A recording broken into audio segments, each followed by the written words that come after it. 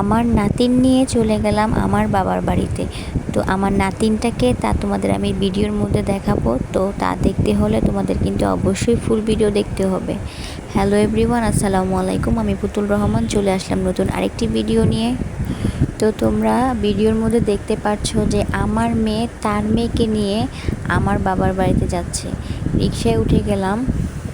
সকালে আম্মু ফোন দিয়েই বলল যে গরুর মাংস রান্না করেছে আর পোলাও রান্না করেছে, আমি যেন রুহাকে নিয়ে আজকে চলে যাই। তো ঘুম থেকে উঠেই ফ্রেশ হয়ে চলে গেলাম একদম খালি মুখে, নাস্তা না করি।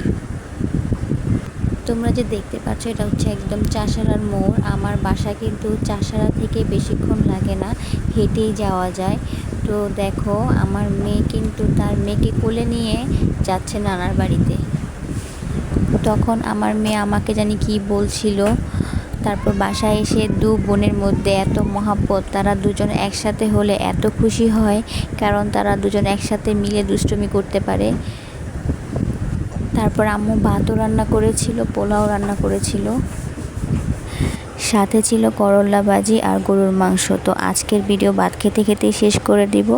দেখা হবে নেক্সট ভিডিওতে। আল্লাহ হাফেজ।